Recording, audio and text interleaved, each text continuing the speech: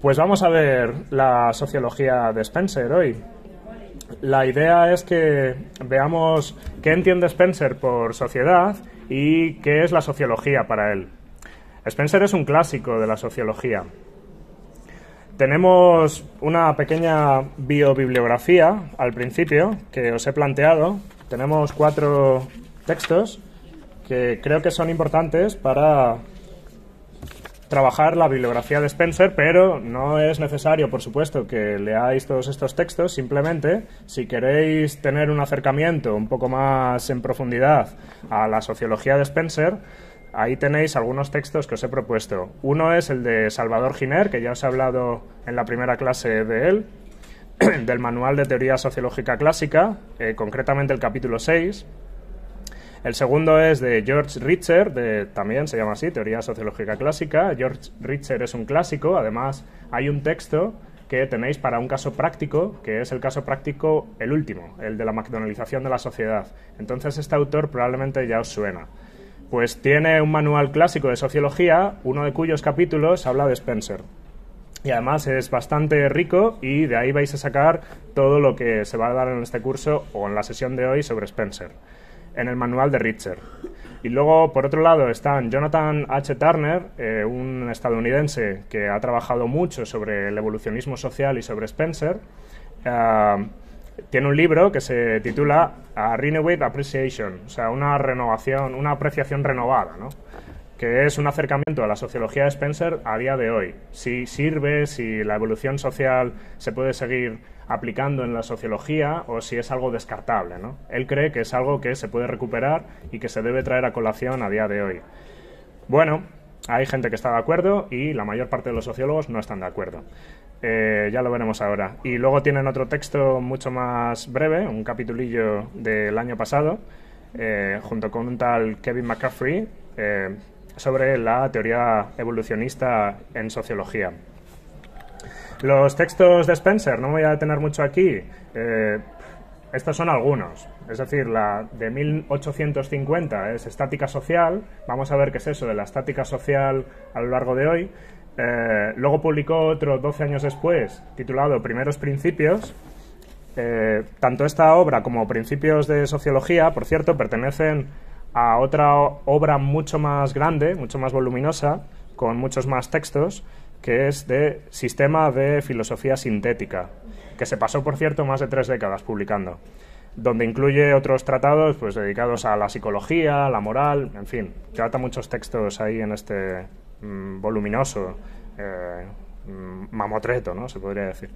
Y luego tiene los Principios de Sociología, que los compuso durante más de 10 años, donde trabaja precisamente qué entiende él por sociología. El estudio de la sociología, que probablemente es el texto que mejor se entiende de Spencer. Bueno, Spencer escribe en el siglo XIX y escribe además con ese lenguaje barroco de muchas frases encadenadas, muchas subordinadas, etcétera, pues como escribían en el siglo XIX. No es tan malo, por cierto, como los autores alemanes. Los autores alemanes, sin embargo, ellos sí que encadenan muchas frases, ¿no?, hasta el infinito, y de hecho te puedes encontrar pues párrafos apenas de una línea, ¿no?, una frase que tiene 7 líneas, ¿no? Entonces, bueno, en fin, no es tan difícil de entender como los alemanes, pero es el siglo XIX, Spencer. El individuo contra el Estado, un texto que me gustaría llegar hoy, porque creo que es importante, y si no, lo grabaré después en casa, pero hoy vamos a llegar todo lo que se pueda. De aquí la idea es que salgamos entendiendo a Spencer todas. Y el último, uno de los últimos textos, es el de autobiografía. Se publicó en 1904 y, pues, después de la muerte de Spencer, por cierto, es póstumo. Y esta autobiografía incluye algunos rasgos de su pensamiento. Bueno, El organismo social es el último que os propongo, traducido por Miguel de Unamuno, que tenéis en la Biblioteca Nacional. Bueno, Herbert Spencer tiene una vida bastante peculiar. Nació en 1820 en la ciudad de Derby, en Inglaterra, en una familia de protestantes heterodoxos, los dissenters. Tuvo un padre que, por lo visto, simpatizaba mucho con los cuáqueros. Los cuáqueros eran una religión de carácter pacifista, altruista y centrada mucho en el trabajo, la importancia que tiene el trabajo. Por otro lado, también era partidario de las ideas de un tal Jeremy Bentham, un filósofo del siglo XIX, de finales del XVIII, principios del XIX, que una de sus teorías filosóficas, era un filósofo más conocidas, es sobre el utilitarismo, ¿no? Por cierto, es también el que se inventó lo del panóptico, ¿no? Que luego trabaja Foucault y otros tantos, ¿no? La gran cárcel, dentro de la cual hay un eje, ¿no? Y que se puede ver a lo largo de todas las estancias cómo están ahí los presos, ¿no? En esa cárcel. Este es Jeremy Bentham. Pues también le gustaban las ideas de Jeremy Bentham a su padre, por lo visto. Según se dice, Spencer debió de ser un niño enfermizo que tenía recurrentes crisis nerviosas a lo largo de su vida. Fue todo un homeschooler, por cierto, si me permitís el neologismo. Un homeschooler es alguien que se ha educado en casa, y le educaron en su casa entre su padre y su tío, por lo visto. Tenía un tío que era clérigo y un militante progresista, ambos liberales, por cierto. Bueno, y como liberales influyeron tanto a Spencer que, de hecho, nunca abandonó el liberalismo. De hecho, vamos a ver que la teoría de Spencer es más bien ultraliberal, es decir, es un liberalismo exacerbado. Estudió cuestiones técnicas y prácticas. En 1837, de hecho, se puso a trabajar como un ingeniero civil, en una empresa de ferrocarriles. Y se podría decir que Spencer era de la Inglaterra que madruga, ¿no? Bueno, en fin, ahora os comentaré por qué. A partir de 1848, Spencer se puso a trabajar en The Economist, que probablemente os suene, esta revista periódico, que es un semanario. Ahí es cuando sus ideas se cree que empezaron a definirse mucho más claramente de lo que lo había hecho hasta entonces. Escribió una serie de artículos con un carácter muy liberal, como os digo, extremo y antiintervencionista. The Economist, por cierto, es hoy una revista, un semanario de economía y relaciones internacionales que tiene sede en Londres y que publica pues cosas de actualidad, ¿no? Por ejemplo, tiene un índice que a mí me parece curioso traer a colación aquí, que es el índice Big Mac. El índice Big Mac sirve para conocer el poder adquisitivo que tienen los países a partir o con referencia a la famosa hamburguesa de McDonald's, ¿no? El índice Big Mac, en función de cuánto cuesta la hamburguesa en cada país, pues pueden calcular cuál es el nivel económico, el nivel de ingresos medio de ese país. Esto es una genialidad de la cuantitofrenia, por cierto. En 1850 publicó La estática social, un título que resuena a otro padre de la sociología, Auguste Comte. La estática social, bueno, vamos a ver qué es eso y vamos a terminar con la biografía. A Spencer parece que le sonrió, de hecho, la diosa Fortuna, ya que heredó una cuantiosa herencia de su tío cuando murió, que le permitió dejar su empleo y pues se puso a vivir como un sabio, aislado, solterón, enclaustrado en su casa, ¿no? Y produciendo artículos. Nunca estuvo, por cierto, en la universidad. Es un pensador amateur, ¿no? Como él se consideraba a sí mismo. Pero bueno, no llegó a licenciarse siquiera. Entonces el hombre estaba publicando un montón de textos, pero no desempeñó cargo académico alguno. Una de las características más interesantes, y que yo creo, y Richard cree, que causaron su ruina intelectual, ya que a día de hoy poca gente lo sigue, poca gente lo lee, es la aversión a la lectura de otros pensadores.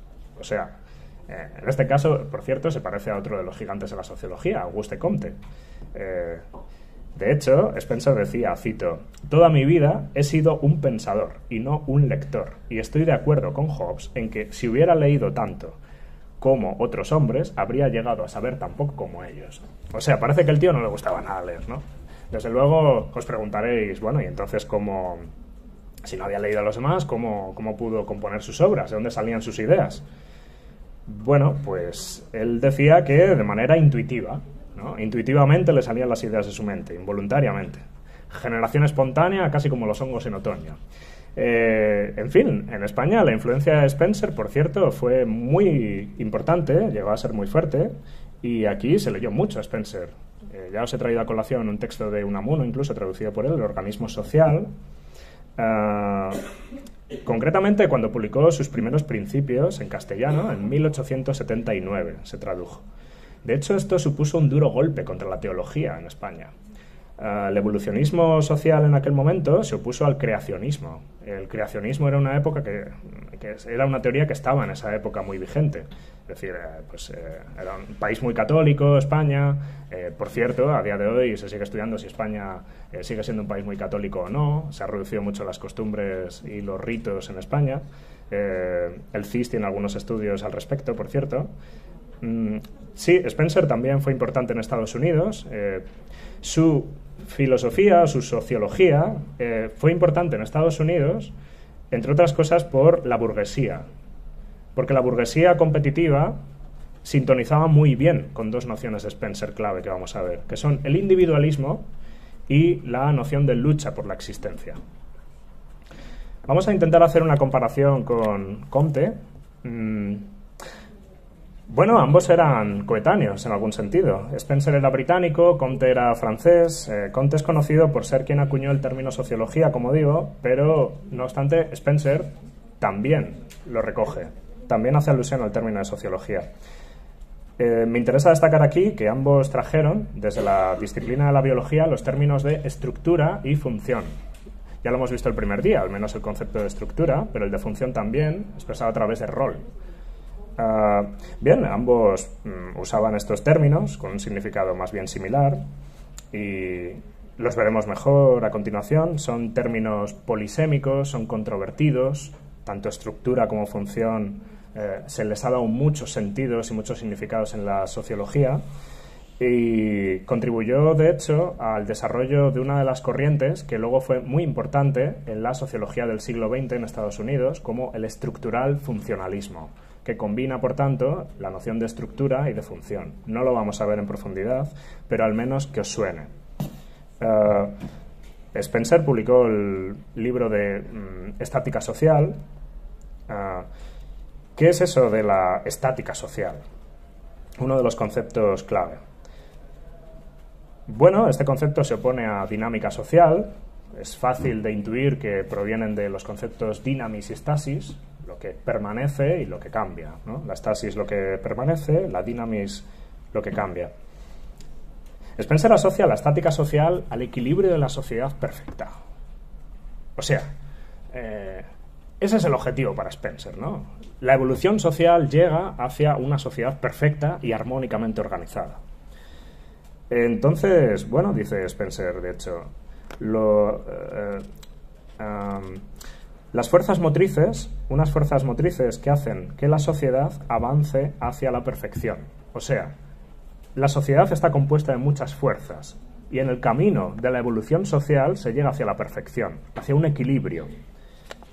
Ya os anticipo que entre esas fuerzas motrices no se encuentran los movimientos sociales, ni Greta Thunberg, ni nada que se le parezca. Ya veremos por qué. Ni el movimiento feminista, ni muchos otros, ¿no? El movimiento es algo que no es, digamos, por así decir, no va de acuerdo con la evolución social. O sea, va tendente la evolución social hacia lo contrario del movimiento. Lo vamos a entender todos. Realmente es más fácil de entender de lo que parece, ¿no? Pero él lo entiende como un concepto normativo, el concepto de estática social, no descriptivo. O sea, es un estado ideal, es un estado perfecto para él, al que se llega a través de la evolución social. Bien, ese estado armonioso sería el telos, ¿no? El fin. Cuando las sociedades avanzan, cuando las sociedades se desarrollan, va llegando hacia ese fin, hacia ese telos, hacia un estado armonioso final. Insisto en que paciencia con esto porque se las trae, pero es más fácil de lo que parece. El tercer concepto que adopta es el de positivismo. ¿Qué es el positivismo? Como os decía el primer día.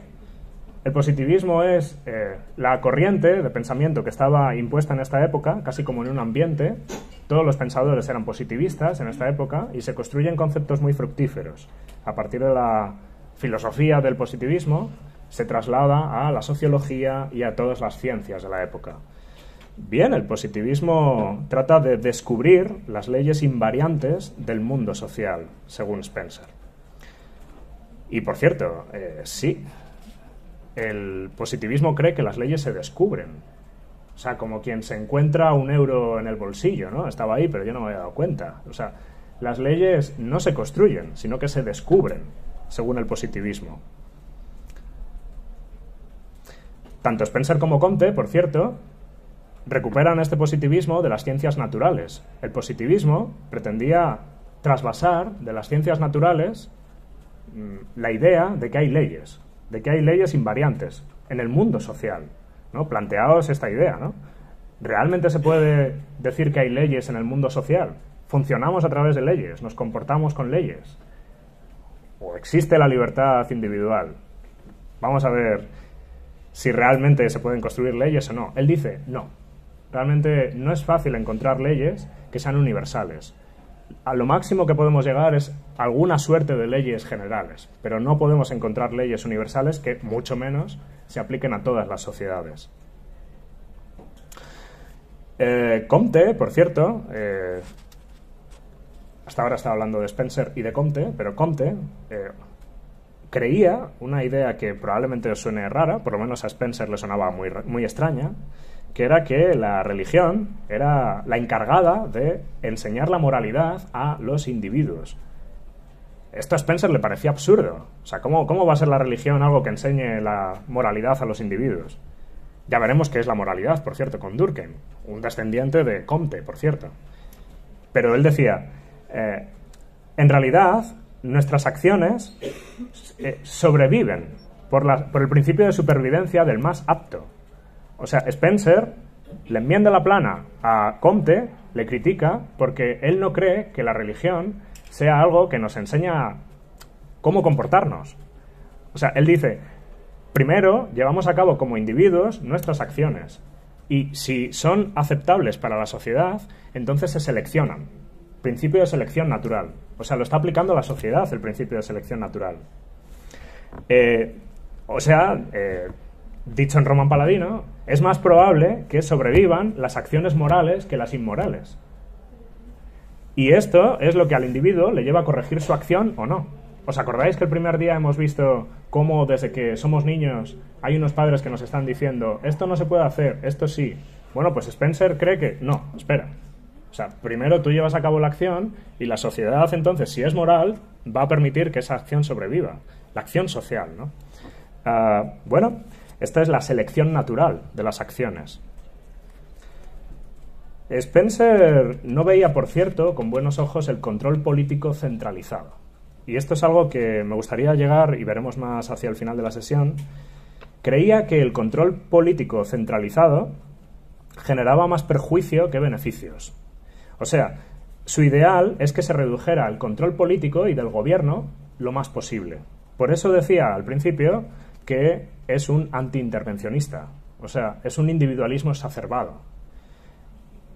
Bien, entonces la idea es facilitar a los individuos la máxima libertad posible. El control político debe ser el menor para que los individuos puedan desarrollar su libertad individual al máximo.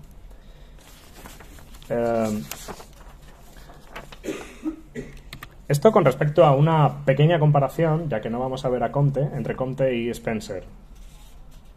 Pero vamos a ver los principios teóricos generales.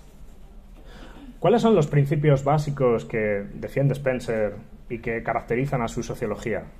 En su libro, de los primeros principios, que publicó en 1862, es donde él expone sus principios teóricos generales del evolucionismo. Spencer viene a defender una unificación del conocimiento.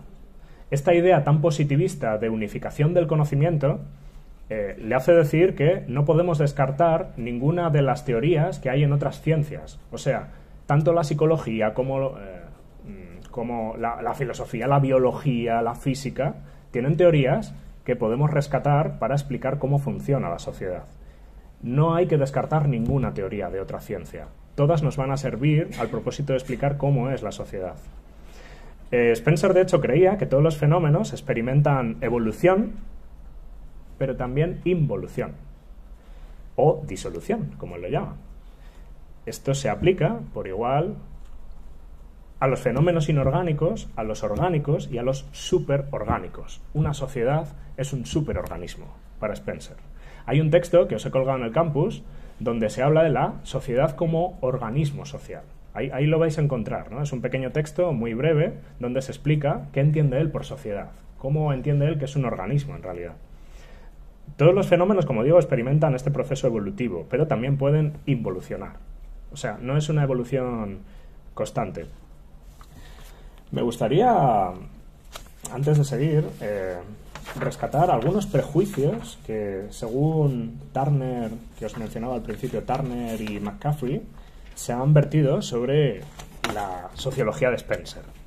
O sea, se han hecho muchas críticas durante el siglo XX, algunas de las cuales le han dicho que la sociología de Spencer en realidad es una teoría de racismo de mente simple. Los prejuicios, según este tal Jonathan Turner, que se han vertido contra la teoría evolucionista tanto de Spencer como de otros que la sostienen, diría, 1, que pone a la altura del betún a las sociedades prealfabetizadas. O sea, que las degrada a las sociedades prealfabetizadas el evolucionismo social. En segundo lugar, que pone a las sociedades europeas como la etapa final de la evolución social. En tercer lugar, que el cambio social le parecía una progresión lineal. O sea, con una línea de continuidad que no tiene fin, por así decir, y que todas las sociedades van a seguir ese camino lineal. En cuarto lugar, que el capitalismo occidental le parecía superior, por definición. En quinto lugar, que abogaba por la limpieza étnica o genética. En sexto lugar, que no usaban datos empíricos de otras sociedades, sino que era teoría de sillón, pura y dura, que estaban ahí en su despacho, en la Torre de Marfil, y en realidad no se basaban en datos empíricos de las sociedades que analizaban, de sociedades que que estaban en muchas ocasiones en Australia y tal, es lo que llaman los pueblos aborígenes, todos estos teóricos. Y en séptimo lugar, que el análisis evolucionista ya no sirve para hacer sociología en la actualidad. O sea, ya no nos vale el evolucionismo social para analizar las sociedades.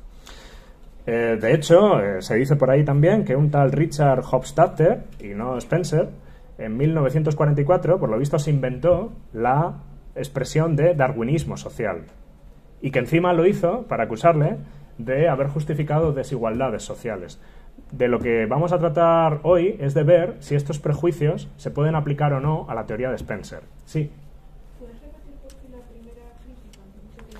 La primera crítica es que degrada a las sociedades que no son las occidentales, o sea, que están prealfabetizadas. Esto quiere decir que son sociedades, como ellos dicen, primitivas, sociedades tribales, en los pueblos primitivos, ¿no? Estos, en el siglo XIX, todos los antropólogos, sobre todo los antropólogos, también filósofos, sociólogos, estaban basándose en datos de sociedades que no conocían, que estaban al otro lado del mundo, y le llegaban datos a todos ellos de esas sociedades.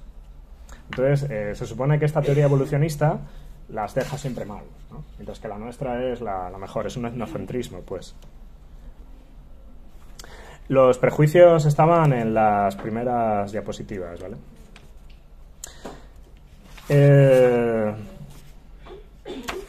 Bueno, entonces la idea es ver si estos prejuicios que mencionan estos autores, si se aplican o no a la teoría de Spencer y de los evolucionistas.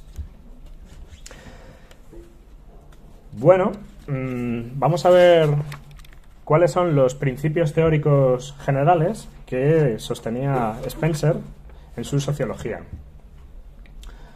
En primer lugar, vamos a ver concretamente qué significa la evolución social, ¿vale? ¿Qué es eso de la evolución social en realidad?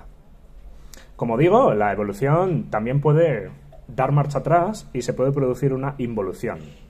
Pero ¿qué significa realmente que los fenómenos experimenten una evolución? Eso significa que la materia, dice Spencer, ¿no?, se integra y que el movimiento tiende a desaparecer. ¿Qué es el movimiento o qué son los movimientos sociales? El movimiento de la sociedad, ¿no? Es literalmente eso. O sea, Spencer está en contra de ese movimiento y dice que no puede... el movimiento no significa que la sociedad esté evolucionada. Todo lo contrario. Si hay movimiento es porque una sociedad no está evolucionada. Pero los fenómenos también experimentan, como digo, un proceso de involución, en el que el movimiento aumenta y la materia comienza a desintegrarse. Vamos a ir con calma. De aquí vamos a salir entendiendo qué significa esto. Spencer dice en sus primeros principios, cito, «La evolución implica una integración de la materia y una desaparición del movimiento. Durante este proceso, la materia pasa de una homogeneidad incoherente e indefinida, a una heterogeneidad coherente y definida». ¿Cuáles son los elementos de la teoría de la evolución de Spencer? Vamos por partes, son 3. Integración creciente. Primero, evolucionar es cambiar progresivamente desde una forma menos coherente a otra más coherente. O sea, integración creciente. Las sociedades se van integrando. Este es el gran problema de la sociología del siglo XIX. ¿Cómo se integran las sociedades? Veíamos en la primera clase que hay varios paradigmas en la sociología clásica. Uno de ellos era el paradigma funcionalista, del cual este es el caso más claro, el de Spencer. En segundo lugar, el paradigma del conflicto, del cual Marx es el ejemplo más claro, y lo veremos en la próxima sesión. Y luego estaba el paradigma de la acción social. Spencer es el primero, claramente. ¿Cuáles son los elementos de la teoría de la evolución de Spencer? Serían 3. Integración creciente, como digo. La sociedad está cada vez más integrada. En segundo lugar, junto a la integración creciente encontramos el movimiento desde la homogeneidad a una cada vez mayor heterogeneidad. Con el tiempo se pasa de una homogeneidad caótica y simple a una heterogeneidad ordenada y compleja.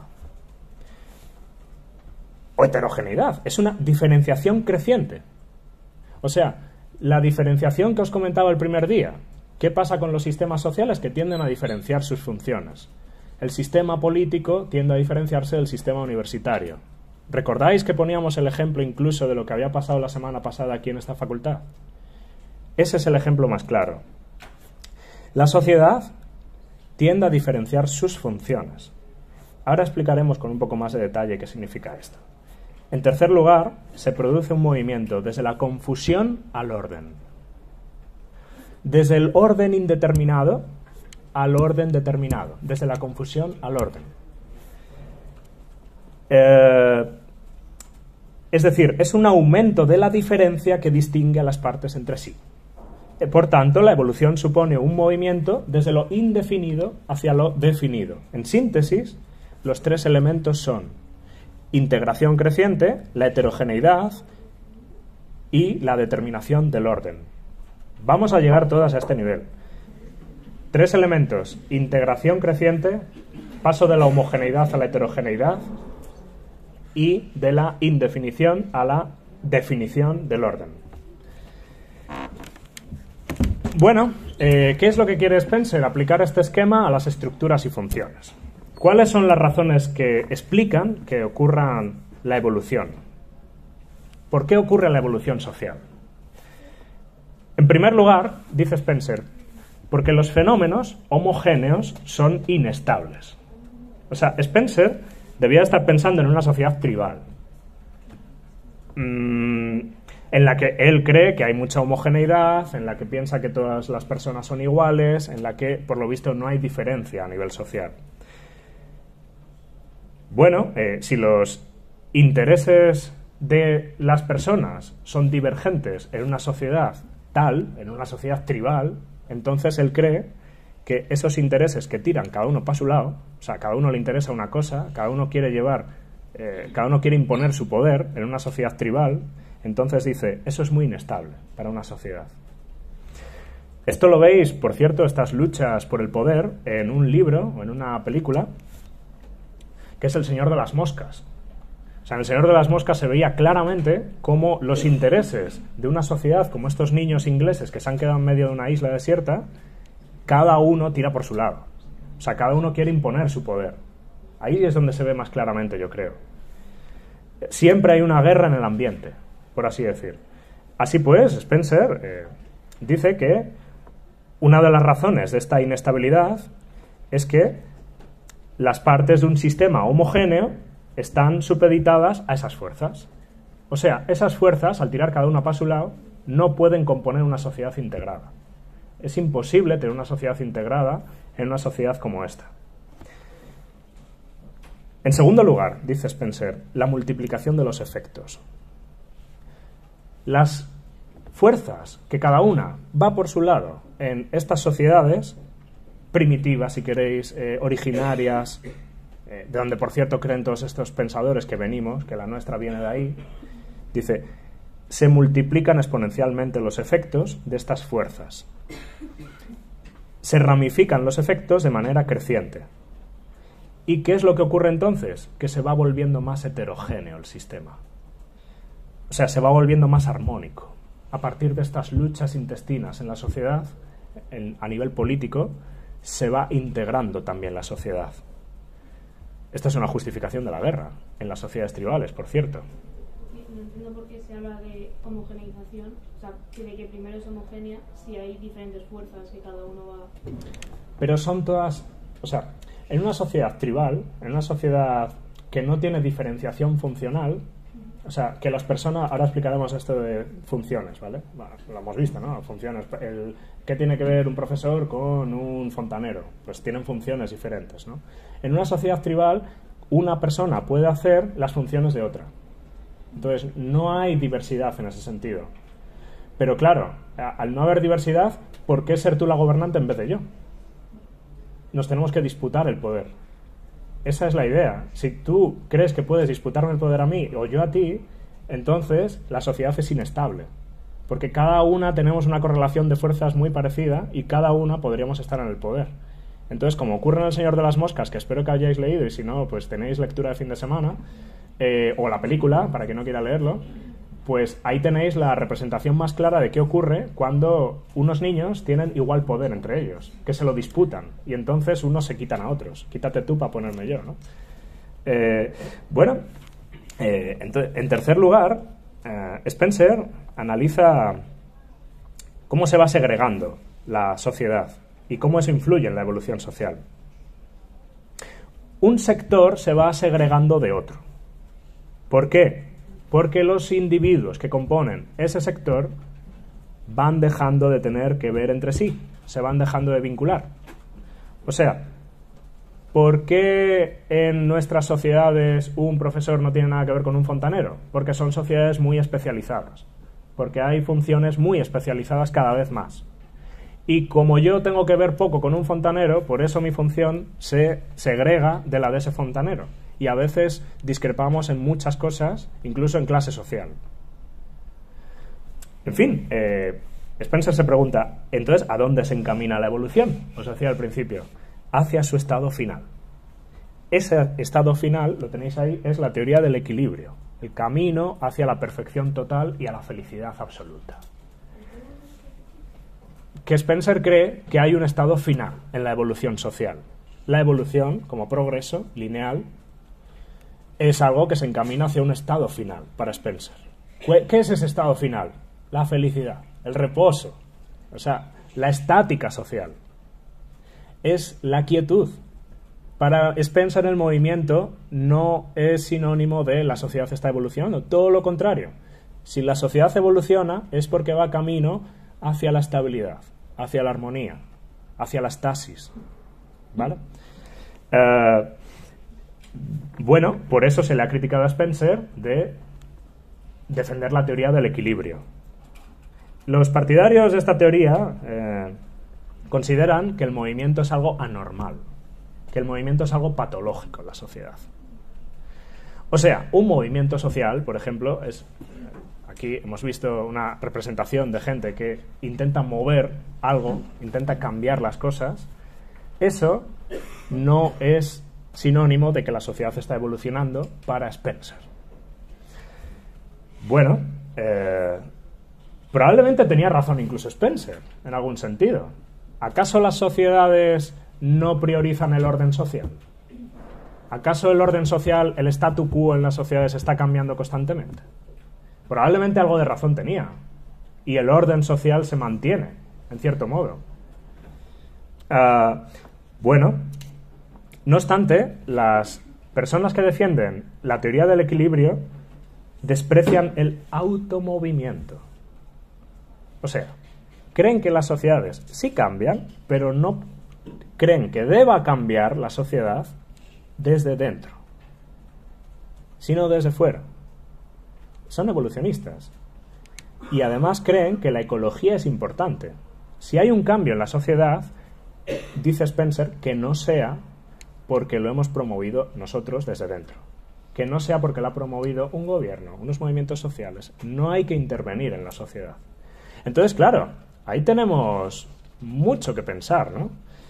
¿Cómo cambian las sociedades para Spencer? Pues, por ejemplo, con la escasez de recursos, con el crecimiento de la población. Todo eso produce cambios en la sociedad. Y son cambios externos, en realidad. O sea, no deben ser internos, sino que provienen, por así decir, de fuera. Cuando hay una riada, cuando hay una catástrofe natural, eso cambia la composición de las sociedades. Bueno, pues para él, estos elementos que a veces son naturales, o el crecimiento de la población, generan cambios sociales. Pero no se debe intervenir desde dentro, dice él. O un coronavirus. Un coronavirus llega desde Wuhan y de repente cambia, hace mover la sociedad. De repente nos vemos todas abocadas a encerrarnos en nuestra casa. Pues, ojo, porque hay un caso práctico en el que algunas de vosotras tenéis que valorar o criticar si las políticas que se llevaron a cabo en la primera etapa del coronavirus en Inglaterra fueron darwinismo social o no. Entonces, la política, insisto en esto, aunque volveremos sobre ello, no debe intervenir en la sociedad. Las sociedades cambian por razones externas a ella. Yo creo que con razón se ha dicho que Spencer defiende la teoría del equilibrio. Hay gente que dice que no. Yo creo que sí, pero lo vamos a ver. Spencer no creía que hubiera solo evolución, por cierto. También hay involución. Uno de los prejuicios que os he comentado desde el principio es que se le ha dicho que Spencer defiende que hay una evolución lineal y que no hay un regreso. Las sociedades evolucionan, pero también pueden involucionar. ¿Y cómo ocurre eso? Lo veremos a continuación. Para él, antes de seguir, ¿qué es la sociología? En su libro del estudio de la sociología define el objeto de la sociología como el estudio de la evolución social. O sea, la sociología debe estudiar la evolución de las sociedades. Es decir, la sociología para Spencer es la historia natural de las sociedades y más específicamente el estudio del orden social. El estudio del orden social. Spencer considera que hay que entender nuestra sociedad en un contexto, ¿no? Y hay que comparar las sociedades, el método comparativo, ¿no? Probablemente tengáis que llevar a cabo en algún momento de la carrera algún análisis comparativo. Entonces, bueno, se puede decir que Spencer sí que hacía investigación empírica en algún sentido. Desde luego no como la entendemos hoy, pero sí que bebía de fuentes que le traían otras personas. Entonces llegaban los antropólogos en aquella época, ponemos en el siglo XIX, Darwin, el Beagle y tal, y muchos otros antropólogos que traen datos de otras sociedades, muchas veces al otro lado del océano. Y cuando traen estas investigaciones los antropólogos y demás, ellos pueden tomar esos datos empíricos y sostener sus investigaciones. Por eso Spencer se dice que hace un estudio comparativo entre sociedades. Vamos a ver luego que la comparación que hace es entre sociedades preindustriales e industriales. Vamos a verlo luego. La sociología, entonces, lo que trata de hacer es, o lo que debe tratar de hacer, como el resto de las ciencias, es buscar leyes. Porque es un positivista. Entonces, la sociología debe formular leyes de los fenómenos sociales. Y, por cierto, otra cosa más importante aún que buscar leyes, predecir. La sociología debe poder predecir. Todos sabemos que esto no es posible, que él también lo sabía, pero en fin, ese es el objetivo de la sociología. Spencer pensaba que el proceso de supervivencia del más apto tenía lugar en ambos reinos, tanto el social como el biológico. O sea, la supervivencia del más apto, principio darwiniano por excelencia, se aplica tanto en la naturaleza como en las sociedades. Y hay que evitar intervenir en ese proceso. No se puede intervenir desde el gobierno ni desde la sociedad en ese proceso. Se debe dejar libremente. Por eso, y esto es importante, el principio de la supervivencia del más apto es un laissez-faire. es un dejar hacer. O sea, el laissez-faire, me imagino que ya lo habéis visto, al menos en economía, ¿no? No intervenir. No intervenir en el mercado se autorregula, ¿no? La mano invisible, etcétera. Eso es el principio de supervivencia del más apto. Se debe dejar que la sociedad camine por sí misma. No se debe intervenir en la sociedad para Spencer. Por eso se ha dicho que Spencer es conservador. Vamos a ver si esto es así. Por cierto, también estudió sobre la psicología, los sentimientos, y cómo las sociedades modernas, actuales, controlan sus sentimientos. O sea, parece ser que según vamos evolucionando, según Spencer, somos capaces de controlar más nuestras emociones, nuestros instintos, nuestros impulsos. Esto ocurre así según van avanzando las sociedades. De hecho, para él la psicología se encarga de esto, de analizar los estímulos que tenemos, los instintos, todo aquello que es innato en el ser humano. Para él, ¿cuál es el papel de un sociólogo? Él cree, como muchos otros sociólogos, que la sociología se tiene que autolegitimar. En nuestra vida cotidiana, los sociólogos nos damos cuenta de que hay mucha gente que cuando intentamos explicar alguna teoría, algún principio, algo que está sumamente estudiado por la sociología, nos encontramos que en la vida cotidiana hay gente que dice, no, esto no puede ser así, yo lo que percibo es otra cosa. ¿Por qué esto ocurre así? Esto es una dificultad con la que se han encontrado muchos sociólogos. Generalmente, cuando hay que explicar procesos de, yo qué sé, gentrificación es cuando vienen poblaciones a ocupar la vivienda, los barrios que ocupaban otras poblaciones distintas, y generalmente es un reemplazo de la clase media por la clase trabajadora. Cuando vas a explicar estas cosas, muchas veces la gente o no lo entiende o te dice, no, yo esto no lo percibo así, porque te lo trata de explicar desde su punto de vista. Cuando socializamos, cuando hacemos sociología y cuando nos comportamos en la vida cotidiana, lo hacemos generalmente en base a lo que hemos aprendido en nuestra socialización. Ya lo vimos el primer día. Nos comportamos en base a lo que nos es familiar. Entonces, claro, eso nos lleva muchas veces a cuestionar incluso principios sociológicos ya estudiados. Y entonces dice Spencer, para evitar esto, para legitimar la sociología, dice, los sociólogos tenemos que hacer un ejercicio, que es evitar sesgos. Los sociólogos, evitar sesgos. Estamos sesgados, los sociólogos. Sesgos. Sesgos significa que estamos condicionados por nuestra vida social. ¿Qué sesgos? ¿Qué errores? Son errores, los sesgos son errores. O sea, que traemos prejuicios al estudio de la sociología. Esto es una cuestión importante dentro de la sociología. ¿Tenemos prejuicios que están condicionando nuestra investigación social? Sí, dicen muchas personas, no dicen otras, yo creo que sí. Pero bueno, vamos a ver por qué Spencer cree que esto no debe ser así. Él dice, tenemos varios prejuicios. En primer lugar, el sesgo o prejuicio educativo. El educativo, o sea, nuestros estudios influyen en cómo percibimos la realidad. En segundo lugar, el sesgo de patriotismo, lo llama él. Patriotismo, o sea, creemos que, como defendemos a España o Inglaterra, en el caso de Spencer, o otras muchas sociedades-nación, otros muchos estados, pues cree que eso nos influye a la hora de estudiar la realidad social. Ese patriotismo, ese nacionalismo, etc. En tercer lugar, el que puede ser más peligroso para Spencer, el de clase social. Ya veremos lo que es una clase social, por cierto. ¿Qué es? Bueno, claro, para él está muy claro, ¿no? O sea, tenemos prejuicios porque pertenecemos a una clase social.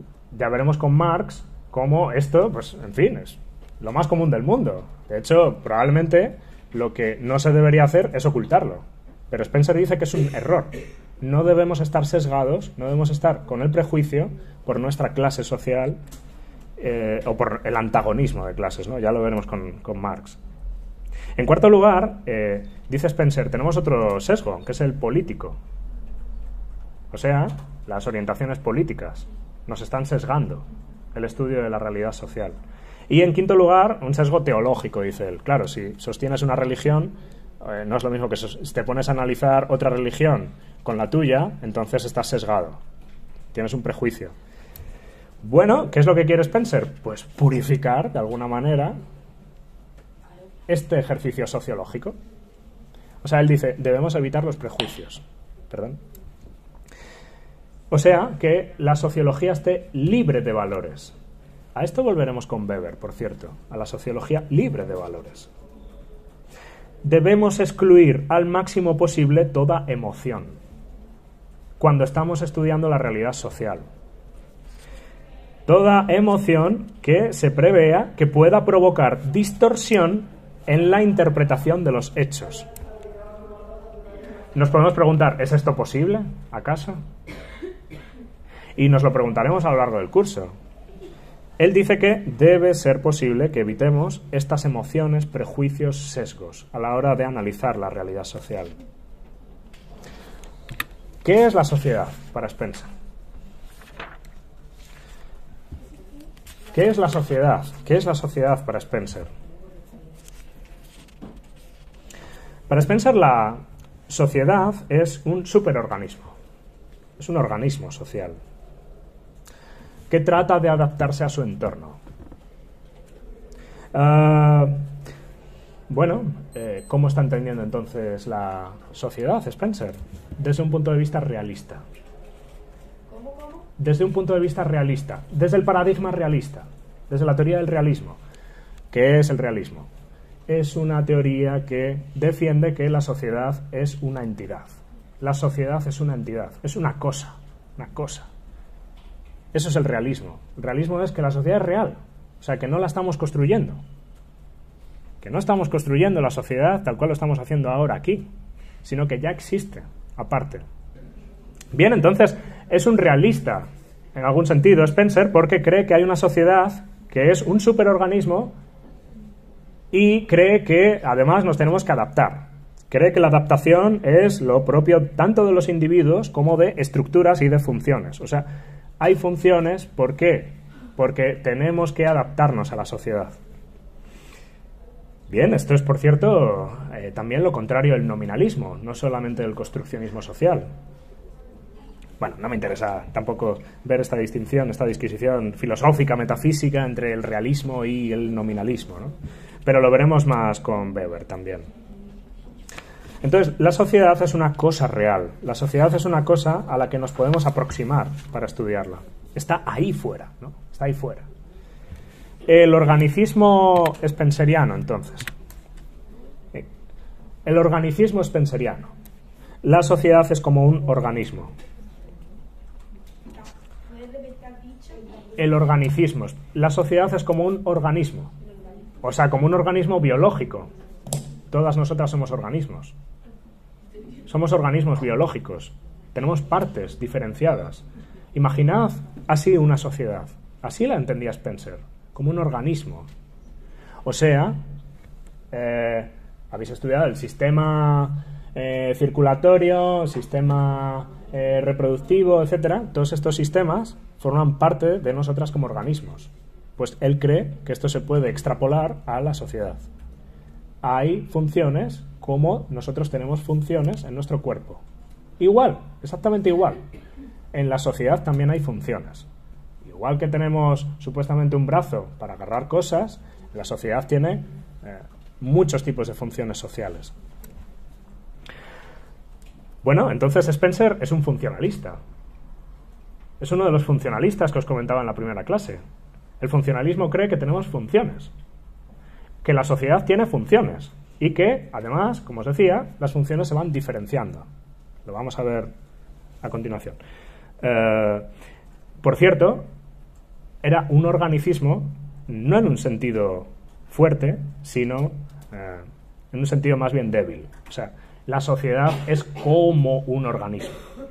O sea, es una metáfora lo que está utilizando, pero se puede analizar la sociedad perfectamente en un sentido organicista débil. O sea, la metáfora del organismo social. Para Spencer, una de las cosas en las que se parece la sociedad a un organismo es porque va aumentando su masa. las sociedades van aumentando el número de individuos que tienen, las poblaciones van creciendo. Entonces dice él, esto es como el crecimiento de un organismo, claramente. Es decir, cuando crece la sociedad, cuando aumenta su masa, cuando hay más individuos en la sociedad incrementa la complejidad estructural al acrecentar el tamaño. O sea, la sociedad, según va creciendo, va dividiendo sus funciones. Las funciones se van especializando. Esto, por responderte a la última pregunta que planteabas, viene dado por el crecimiento estructural. No tanto por el individualismo. La causa, de verdad, de que vayan evolucionando las sociedades y se dirijan a la división del trabajo es este crecimiento de las poblaciones. Es el aumento poblacional. Bien, es como los organismos. Mediante la reproducción, las sociedades van aumentando su tamaño. Entonces vemos cómo aumenta el tamaño y aumenta la diferenciación de las funciones. Vamos hacia adelante a otro tema importante. ¿Qué es la división del trabajo? Para él, se trata de un sistema, el sistema social, que se ha desarrollado inconscientemente y espontáneamente al servicio de los intereses de los individuos. Y también esto responde a tu pregunta. O sea, el sistema social no se desarrolla porque haya unos individuos que lo quieran, así. Las sociedades se van desarrollando espontáneamente. Esto es un proceso físico, biológico, si queréis, y no tiene que ver con las intenciones humanas. La sociedad se va desarrollando, evolucionando y especializando sus funciones, pues casi que porque sí, porque es natural. O sea, porque la naturaleza va generando estos cambios. No se debe intervenir en las sociedades. Bien, y esta división del trabajo, ¿para qué sirve? Para satisfacer nuestros propios intereses. Las sociedades humanas van dividiendo su trabajo para producir riqueza. Entonces, la división del trabajo es para Spencer lo más importante que tienen las sociedades, porque es lo que nos permite producir la riqueza, es lo que nos permite sobrevivir y adaptarnos. En segundo lugar, aparte de la división del trabajo, estaría la defensa y el gobierno para él. La defensa y el gobierno. Perdonad, estaba ahí en esta diapositiva, ¿vale? Ahí abajo. La defensa y el gobierno. Ambos, tanto la división del trabajo como la defensa y el gobierno, sirven para que la sociedad coopere. Sirven al propósito de la cooperación y de la integración social. Entonces, la organización política, que sería el gobierno y la defensa de un Estado, de un país, estarían, pues, al servicio de la cooperación y de la integración social. ¿Cómo las sociedades se integran?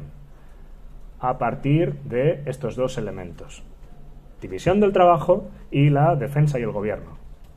O la organización política, si queréis. Pero es que hay muchas diferencias entre una y otra. La división del trabajo tiende a desarrollarse espontáneamente, mientras que la organización política es un conjunto de intenciones. Las sociedades se han organizado políticamente porque, dice Spencer, en su extremo, ha llegado muchas veces un militar a dar un golpe de Estado y eso tiene mucho que ver con intenciones políticas. No es algo espontáneo, puramente hablando, como la división del trabajo. La gente produce espontáneamente, pero no se organiza espontáneamente a nivel político, sino que hay unas intenciones en la política. Y lo que persigue teóricamente el sistema de gobierno y de la organización política, pues sí, son fines públicos. O sea, es en principio el bienestar. Pero para Spencer, sin embargo, el sistema político se impone. Tiende a ser coercitivo. O sea, tiende a imponerse ante los individuos. Mientras que la división del trabajo, no. La división del trabajo es algo que todos querríamos. Para Spencer, queremos trabajar, pero no queremos que nos gobiernen.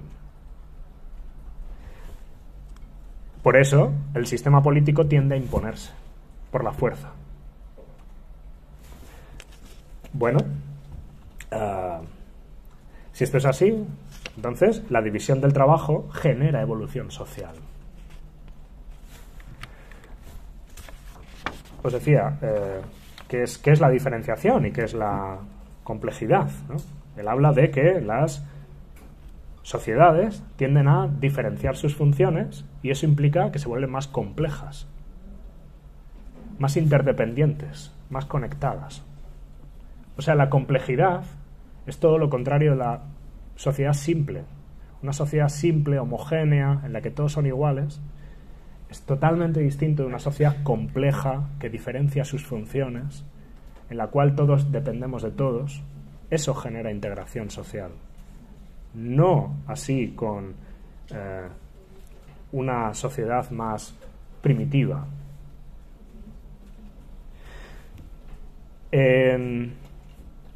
Entonces, en esa transición desde lo más simple a lo más complejo, lo que ocurre es que aumenta la interdependencia. Al depender más de las otras personas, les necesitamos más. Necesitamos que ellos produzcan lo que nosotros vamos a consumir. Y a la inversa. Las sociedades se van especializando, se van complejizando. ¿Qué es lo que pasa? Dice Spencer. Que bueno, las sociedades se van diferenciando sus funciones, pero eso no significa necesariamente que se integren. O sea, a veces experimentamos procesos de involución. Y en las sociedades modernas, dice él, esto tiene que ver con la guerra. En las sociedades modernas, industriales, esto tiene que ver con la guerra. Una guerra lleva al traste a la evolución social. O sea, no tiene por qué ocurrir necesariamente la evolución social. Esta era una de las críticas que se le hacían a evolucionistas como Spencer, que necesariamente va siguiendo un curso de evolución social. Pues no necesariamente, pueden involucionar.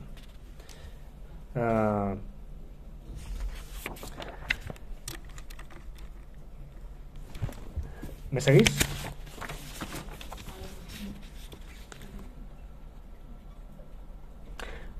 La primera diferenciación que se establece en una sociedad, en el proceso de la evolución, viene dada por lo que ocurre con la autoridad. O sea, él dice, en un estado de homogeneidad, primitiva, tribal, etc., hay individuos que quieren reclamar la autoridad. O sea, hay individuos que quieren imponerse por la fuerza. Entonces, bueno, por cierto, Spencer parece como que está volviendo aquí a una especie del estado de naturaleza, ¿no? ¿Os acordáis de Hobbes, cuando lo visteis en filosofía? El hombre es un lobo para el hombre, estamos en constante lucha, la guerra de todos contra todos. Eso es el estado originario de las sociedades. Entonces, claro, parece que él está volviendo a esto, de alguna manera. Parece que está diciendo, cuando hay una persona que reclama la autoridad, eso genera el primer estadio de la evolución social. O sea, que esa imposición, ese reclamar la fuerza por parte de alguien o varios alguienes, permite a la sociedad evolucionar en primera instancia, porque permite configurar el sistema político. Entonces, el primer estadio, por así decir, tiene que ver con la organización política coercitiva. O sea, la política se impone en un primer estadio de la evolución social. Y en un último estadio, por cierto, hablamos de división del trabajo. Pero son entonces varios sistemas para Spencer. En primer lugar, él dice, hay un sistema mantenedor. Sustaining system, que dice en inglés. O sea, el sistema mantenedor o el aparato productor de la sociedad es el que permite la producción de alimentos, de todo lo que consumimos. Ese es el sistema mantenedor. Por cierto, hay una disquisición ahí conceptual que no nos interesa sobre si es productor o mantenedor. No es lo mismo. Producir que mantener no es lo mismo. Pero hay un conflicto que no vamos a entrar en ello ahora. El traductor es un traidor, ¿no? Se suele decir traduttore, traitore, ¿no? Dicen los italianos. ¿Qué es la producción, entonces? Lo que se identifica con el sistema industrial. Lo importante en sociedades que dividen su trabajo es el sistema industrial, el sistema productivo. Trabajo, si queréis, la producción. Ese sería el aparato productivo, o, como dicen otros autores, reproductivo. Ese sería. Son las sociedades industrializadas caracterizadas por su producción en masa. Es una sociedad que está empezando a industrializarse fuertemente, ¿no? Siglo XIX. En segundo lugar, además del sistema mantenedor, estaría el sistema regulador. El sistema regulador. O sea, la regulación, ¿qué es? ¿Qué es la regulación? Que hay un poder que está cristalizado en política. O sea, lo importante en estas sociedades es que se regula políticamente. Sí, perdón, disculpa. ¿Estos sistemas de qué son? Son los sistemas que él ve en la sociedad. Los distintos sistemas sociales. Algo de O diferencia. sea, son partes, sí, claro. Hay una diferenciación funcional dentro de estos sistemas. O sea, él dice, de hecho son del libro de Principios de Sociología, ahí los desarrolla, ¿no? En un capítulo que se llama Las inducciones de la sociología, ¿no? Ahí habla del sistema mantenedor, regulador y del sistema distributivo. O sea, estos tres sistemas configuran las sociedades. Y en función de si depositan más peso sobre uno u otro, las sociedades estarán más o menos evolucionadas. Si depositan más importancia sobre el sistema productor, la sociedad está más evolucionada que si deposita más importancia sobre el sistema regulador o político. O sea, una sociedad normalmente va avanzando desde un sistema más bien regulativo o político, coercitivo, evoluciona hacia un sistema productivo, hacia un sistema de división del trabajo, un sistema industrializado. Realmente todo está relacionado, ¿no? Sí, claramente. La cosa que- Claramente. De hecho, entiende la sociedad como un bloque. La sociedad es algo externo y que encima es un todo en su conjunto. O sea, estos autores, que lo veremos también con Durkheim, todo se complementa. Todo va junto. Y lo entienden como un conjunto, como un todo. O sea, es un holos, ¿no? Es un holismo. O sea, del todo, ¿no? Cosa que no tiene nada que ver con el otro paradigma que vimos, que es el construccionismo. En nuestras interacciones cotidianas es como construimos la sociedad. Pero si ellos ya creen que la sociedad está ahí fuera y que encima evolucionan y qué tal, solo nos queda adaptarnos. Entonces, el sistema mantenedor, el sistema regulador, tiene que ver con lo político. Es lo gubernamental o lo militar. El sistema regulador da más importancia a las estructuras de control político, de control militar incluso. Y se ocupa también, dice Spencer, de cuestiones externas a la sociedad. Cuando hay una guerra, el sistema regulador se impone. Por eso, dice Spencer, podemos experimentar procesos de involución. Porque cuando se produce una guerra, muchos estados tienden a volver a imponer por la fuerza dictadores, sistemas de represión política, etc. Y eso puede hacernos volver hacia atrás en la evolución social. Eso es uno de los problemas que tienen las guerras en sistemas productivos como las sociedades industrializadas. En las sociedades industrializadas, una guerra da el traste con la evolución social porque hace que lleguen al poder muchos dictadores. Entonces, eso genera involución social.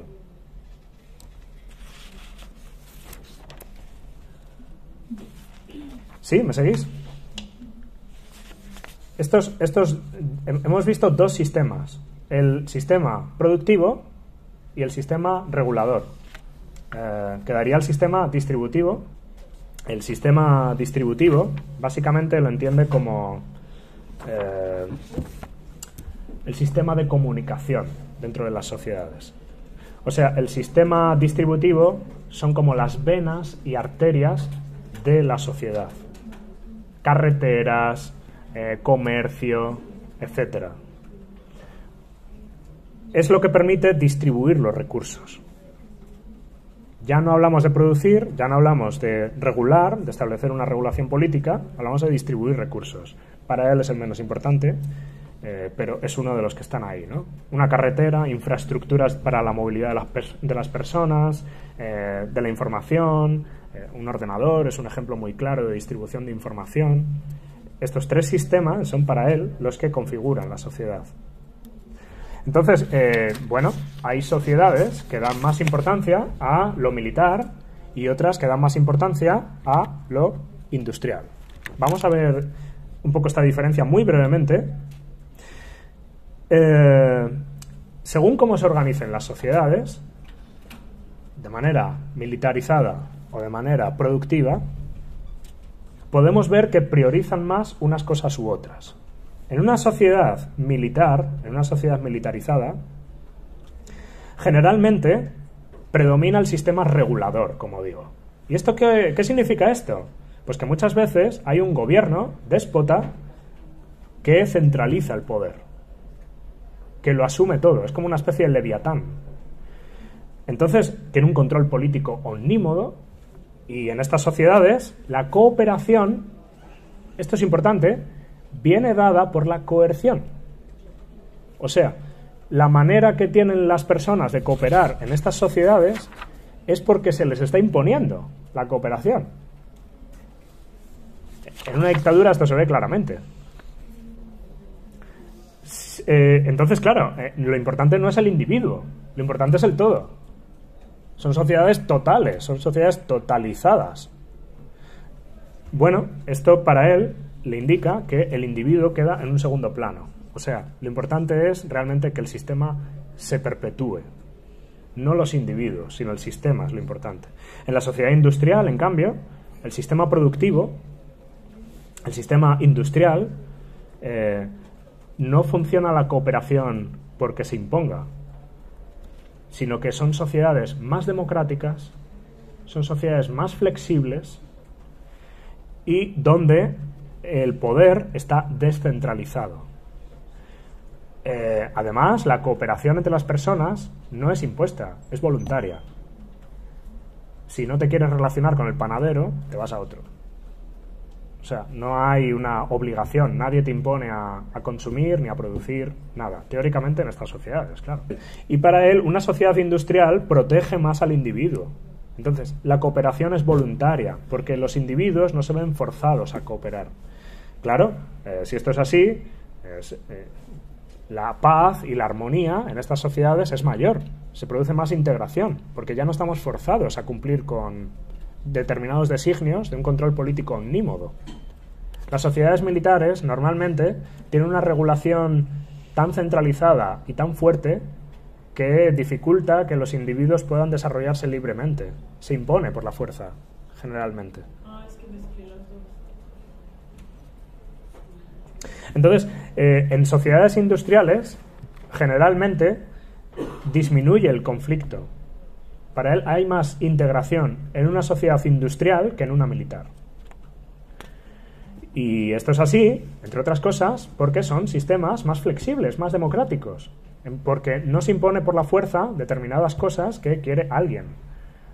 Un político que aglutina mucho poder, ¿no?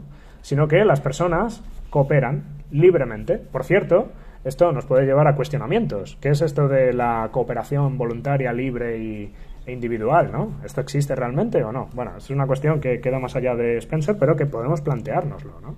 ¿Realmente cuando firmamos un contrato de trabajo estamos siendo libres o no? Con Marx ya veremos que no, ni de lejos, vamos, hay una desigualdad que te cagas.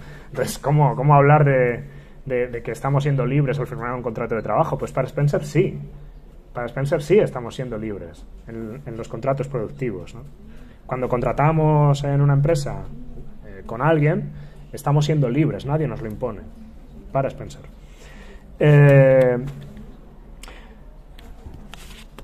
Bueno, como os decía, la guerra, y este es uno de los elementos que está ahí en Spencer, es útil para las sociedades militares, porque permite la evolución social en estas sociedades, pero no así para las sociedades industriales. En las sociedades industriales la guerra pues, es disfuncional, o sea, puede hacernos volver a un estado militar, y eso es un problema para Spencer. ¿Sí? Una pregunta, ¿puede haber una sociedad militar e industrial a la vez? Sí, de hecho, estos son modelos.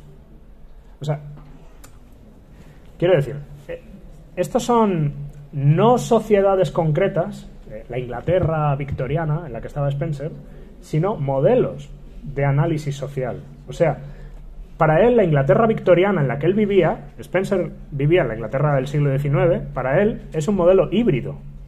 Está a caballo entre la sociedad entre la sociedad militar y la sociedad industrial. Se está industrializando Inglaterra en esa época.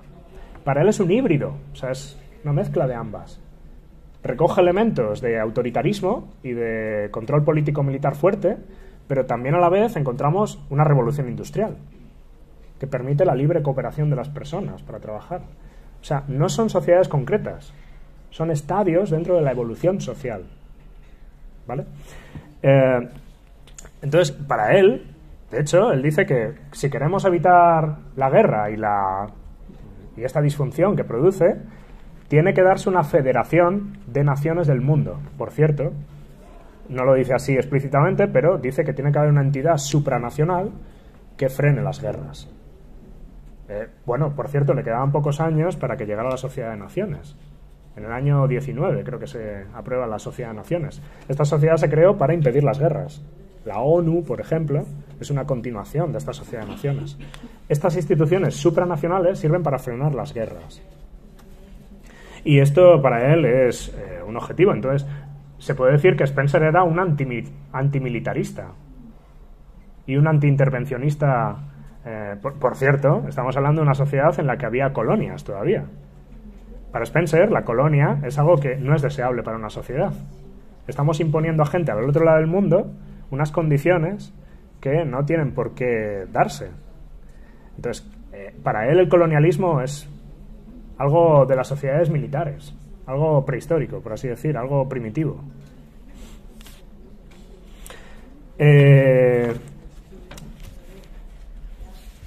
Bien, vamos a ver una última cuestión. Vamos a ver una última cuestión importante y cerramos aquí, que es el tema del darwinismo social. Entonces, hemos visto que las personas tienen que cooperar libremente en sociedades industriales, que no se debe imponer por la fuerza un sistema regulador, que además una sociedad militar es un estadio prehistórico, es un estadio poco evolucionado de la sociedad. Entonces, dice él, bueno, entonces, ¿cómo puede ser que los estados estén interviniendo constantemente en nuestras decisiones? Para él lo ideal es que la gente coopere libremente. Por tanto, el Estado no debe intervenir. No se debe transformar políticamente la sociedad. Los cambios sociales no pueden venir dados por la intervención gubernamental. El gobierno no debe intervenir en el cambio social. La evolución social debe regirse por sus propias leyes. O sea, no podemos intervenir en la evolución social. La evolución social tiene sus principios. Es un desarrollo espontáneo. Por tanto, el Estado no debe intervenir. Si Spencer se pusiera peluca rubia, ¿quién sería, por cierto? Sería Margaret Thatcher. O sea, no se debe intervenir sobre las sociedades. Es decir, solo existen individuos y sus familias, diría Thatcher. Es el individualismo británico. Lo tenemos aquí en su pura consecuencia. No existen más que los individuos, pero claro, se ha dicho que existe la sociedad en su conjunto. ¿Cómo te comes entonces, señor Spencer, que solo existan los individuos? Que es una de las preguntas que hacíais. Si defiendes un individualismo metodológico, ¿cómo puedes defender a la vez un holismo, un realismo social? Bueno, cuestiones aparte, eso lo leeréis en Richer, quien os acerquéis a él. Spencer era antiestatalista. O sea, el Estado es un problema para Spencer. De hecho, hay en la primera diapositiva, os he puesto ahí que hay un movimiento, el Don't Trade on Me, es decir, no intervengas sobre mí, no pases sobre mí, para referirse al Estado. El Estado, cobrar impuestos, etcétera, es algo problemático para la libertad individual. O sea, el individuo, cuando es pisoteado por el Estado, por los impuestos, etcétera, el individuo pierde libertad y no puede cooperar libremente con la sociedad. Se dificulta la integración social.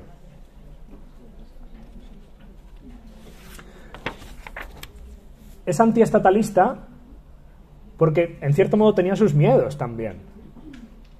El socialismo rampante de esta época está haciendo mella en todos estos pensadores. Se están viendo que hay revoluciones sociales y Spencer esto le atemoriza. De hecho, dice, el Estado debe limitarse a proteger la libertad individual y no debe intervenir en la propia marcha de la evolución. El Estado debe permitir que la evolución se desarrolle por sí misma. El Estado no debe intervenir. Claro, entonces, claramente, en el individuo contra el Estado ahí se ve claramente cómo va contra el socialismo. El enemigo, en realidad, para las sociedades es el socialismo. Él dice,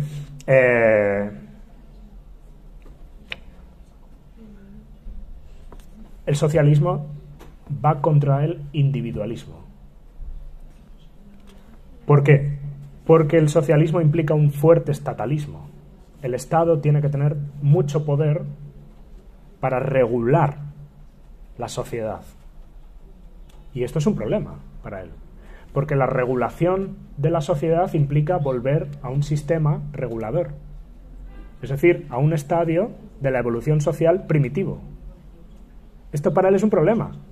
Está coartando la libertad individual, el Estado. En realidad, que seamos egoístas es bueno, porque eso va a generar orden social, dice Spencer. ¿Cómo ocurre? Pues casi magia, ¿no? Se podría decir, pero Adam Smith y toda esta corriente de pensadores que vienen de la economía lo defienden claramente. O sea, para ellos, la libre confluencia de nuestros intereses egoístas va a sostener el beneficio para todas y todos. En realidad, lo que parece que es perseguir mi propio fin es perseguir el fin de la sociedad. Si yo persigo mi propio fin, estoy generando bienestar en la sociedad. La fábula de las abejas de Mandeville. Entonces el Estado debe reprimirse, no debe intervenir sobre el individuo. Y por tanto, por cierto, como muestra un botón, os voy a leer uno de los textos que están aquí, en El individuo contra el Estado, que es uno de sus libros. Dice: cuando se toma un coche en una calle de Londres, es sorprendente observar con cuánta frecuencia es abierta la puerta por un hombre que espera ganar algo por su modestia. La sorpresa disminuye si vemos el gran número de desocupados alrededor de las tabernas y multitud de vagos que atrae cualquier procesión o representación callejera. Dice, considerando lo numerosos que son en tan poco espacio de terreno, se comprende que decenas de millares deben pulular a través de todo Londres. No tienen trabajo, me dirán. Dígase más bien que no quieren trabajar, o que lo abandonan tan pronto como lo empiezan. Son sencillamente parásitos, que de un modo u otro viven a expensas de la sociedad, vagos y borrachos, criminales y aprendices de criminales, jóvenes que constituyen una carga para sus padres, hombres que se apropian el dinero ganado por sus esposas, individuos que participan de las ganancias de las prostitutas, y menos visible y numerosa existe una clase correspondiente de mujeres.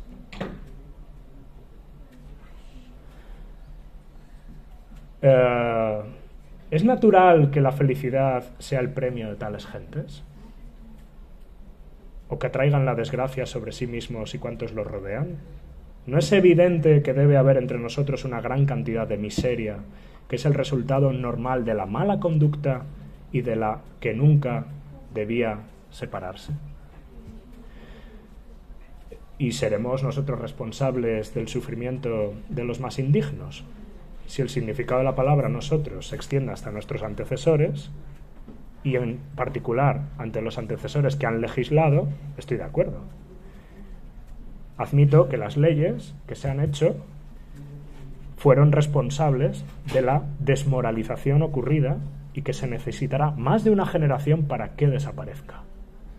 Spencer está yendo contra la ley de pobres, que se impuso en Inglaterra años antes. Esta ley de pobres incluía algunas medidas tan importantes como la protección de las personas que tenían menos recursos. A Spencer esto le parece una inmoralidad. Como decía un profesor mío de economía política, al menos estos neoclásicos son claros, al menos lo dicen abiertamente, sin tapujos, pero es que los de ahora no lo dicen, aunque lo piensen. En resumidas cuentas, si la plebe os cae bien por alguna insondable razón, pues eso no significa que tengáis que darle limosna. Y que en vez de dar limosna, siempre es mejor ahorrarse el hecho de tener una plebe. Se oponía Spencer radicalmente a todas las medidas que vinieran de los gobiernos para proteger a la gente. La gente debe seguir su curso. No se debe intervenir sobre la evolución social. Y medidas como la ley de pobres sí lo hacía.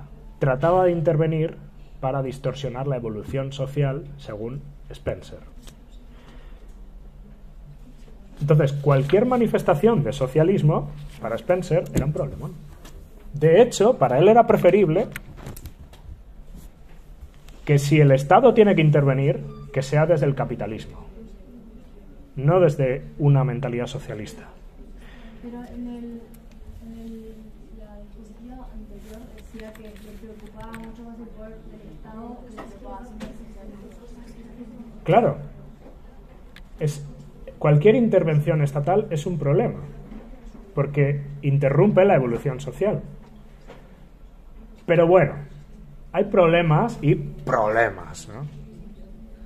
Problemón para él es cuando el Estado, desde un punto de vista socialista, interviene para proteger a la gente pobre, etc. Mientras que el socialismo se esparza, pero que no esté en el Estado y que el Estado socialista por ejemplo está bien. Eso es. El Estado capitalista para él es mejor que un Estado socialista. Prefiere Spencer la intervención del Estado capitalista sobre la economía que la intervención de un Estado socialista sobre la economía. Pero él es antiestatalista. O sea, él es un tío que no quiere el Estado, que el Estado lo ve como un problema, que tiene que limitarse a proteger la propiedad privada y las libertades individuales. En fin, con los prejuicios que hemos visto al principio, hay algunos que, a mi juicio, sí que tienen sentido y hay otros que podemos cuestionar.